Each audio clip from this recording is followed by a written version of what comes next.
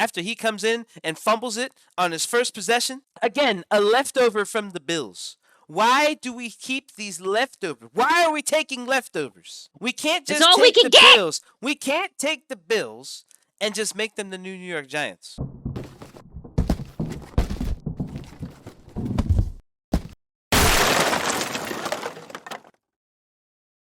Welcome back to another mother and son postgame show for the New York Giants on Family Bonding. We just got destroyed by the Philadelphia Eagles in classic New York Giants fashion. We'll get into that game right now, but before we do, we need you to do one thing for us. Hey, it's the mother. We need you to subscribe to our channel. First of all, lots of new subscribers in the last couple of weeks. I want to say thank you so much. Please join those other subscribers. Click the subscribe button. Don't forget to also hit the little thumbs up. So let us know that you like the video, and also hit that bell so you can get all the updates. And feel free to give us a tip. It's the holidays. Tell us how much you like us by giving us a tip. Hit our PayPal link either on our channel or below. All right, let's get into it. The New York Giants are an unmitigated disaster. As presently constructed, they're an unmitigated disaster. I looked at the stat line. Saquon Barkley had 28 yards rushing. That's deplorable. That's deplorable. Daniel Jones had 26 yards rushing and a touchdown.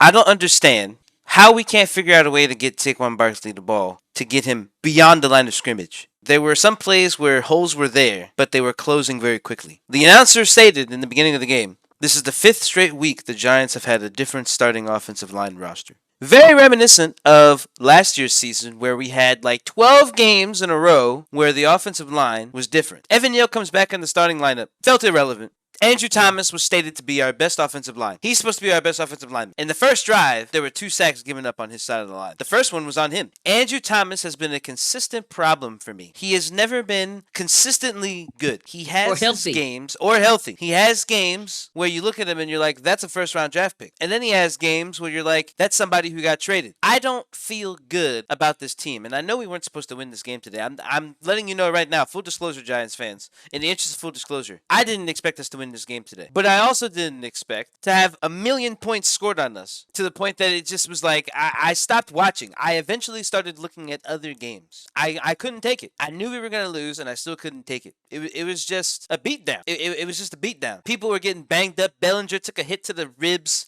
was down on the ground from a freaking DB, not even a linebacker. Just everybody looked soft today. Saquon looked kind of sorry today. It was a pathetic showing by everyone. Coach Daboll should be ashamed of himself for some of the play calls that he called that were just questionable. Why are we still making deep throws down the field like we have receivers that can make those kind of catches? The receiver didn't even make it in the right spot where Daniel Jones threw it. He was looking up like this. The ball was over there.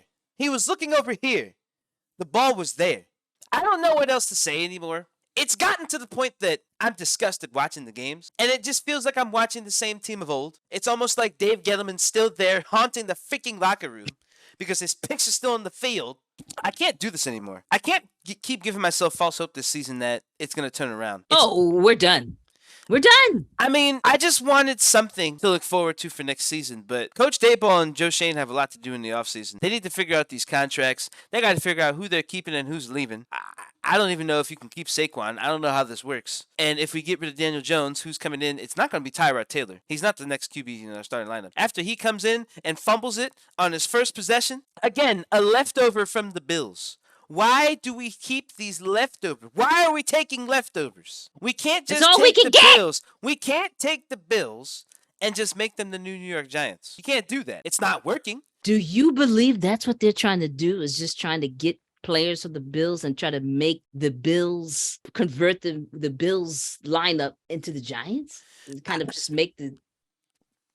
Is that the plan? I don't say that's what they're doing, but what I'm saying is that most of the recent signings have been people from the Bills. The offensive lineman we brought in from the Bills. The backup quarterback from the Bills. A receiver that we just acquired from the Bills. We could have gotten anyone else that was a better option and would have cost about the same. But we got a receiver from the Bills. You have a head coach who is formerly from the Bills. The general manager is formerly from the Bills. If I see any former Bills players signings in this offseason, I'm going to lose my shit. And it's like, we don't have anyone that's reliable playing right now. Everyone that would be reliable was hurt. Again, Bellinger coming off of injury. This is a bad time of year for him to come back. He left the season at 5-1, and now we're 7-5-1. That's what he came back into. That's like being off of work for a month and then coming back and you have state inspection in 2 weeks and you have to catch up. There's nothing. Bellinger can't even readjust. Shoot, the offensive line is presently constructed is a monstrosity. There's nothing that we can do to turn this season around. We're better off just not even trying. I don't think there's any situation where we can win the rest of these games. We'd have to win the rest of these games to not be a wild card spot. That's not happening. To get the wild card spot, you'd have to just get lucky as hell. The mother, what do you think is going to happen? Here's the thing. This is what I've been thinking about in the last 45 minutes. I feel like this Giants team only has a chance to win if the other team's forfeit. That's it. Well, I feel like if the other team say, you know what, we can't play today, we'll just give it to the Giants. That's how we'll win. I don't think we have any other way to do it. I'm not seeing a consistent level of talent out there to get us touchdowns to lead in the first half and be able to carry out that lead to the end of the second half. I'm not seeing that. I'm seeing an injury report that has 13 to 18 players on it every week. Okay. When I looked at the injury report today for both teams, the Giants had about 13 to 14 people. The Eagles had 3. And, some of the injury report is nonsense because the players sometimes are not really injured. And there's reasons why they say they can't play, they can't practice or whatever. And sometimes it's just to throw off the other team game day to make them think that maybe some of the playmakers are not going to be on the field. It doesn't matter. Most of ours are real. And one of them, I think it was Shane Lemieux, who keeps showing up with some sort of toe injury. What the hell is this toe injury? I mean, it's been weeks. I look at the injury report before every game. What is Shane doing with this toe? How bad of a toe? I've had a frozen shoulder since April. The mother has a job beyond this. She's a consultant. She's a professional speaker. I've been busy all year with my frozen shoulder.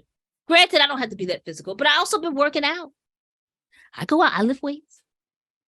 What is this toe injury? A toe? It must be the gout or something. I don't know. I don't know. I need more information because I'm looking at injury reports that are just so ridiculous. Different injury. And some of these guys they take a lot of hits. I understand. But you know what? I'm starting to believe we got a bunch of punks out there every week. Guys who either just don't want to play. Maybe they don't want to get hurt, which makes them even more of a punk. It's like, what's going on here? I would not like, do we have another punter? This Gillen, whatever the hell his name is. This is the second game that I've seen him in this season where he made an odd mistake that cost us. Dropping the ball on the punt. You and can't then make kicking that it up. Anyway. Yeah, you can't make that up. And then the field position, all that. I mean, all of that was a hot mess. He kicked that with his shin. One of the things that also upset me, especially in the first half, is that we didn't go for it on fourth down. And it didn't matter because it still led to the Eagles getting a touchdown. So it was like, it didn't matter, field position, whatever. Maybe we should have gone. I mean, after the first time, it didn't work that we didn't go for it on fourth and then the Eagles went and got a touchdown. The next time they should have said, you know what, let's just see what we could get out of going for it on fourth. Maybe we could keep it. I think we just gave away the first half. We gave it away.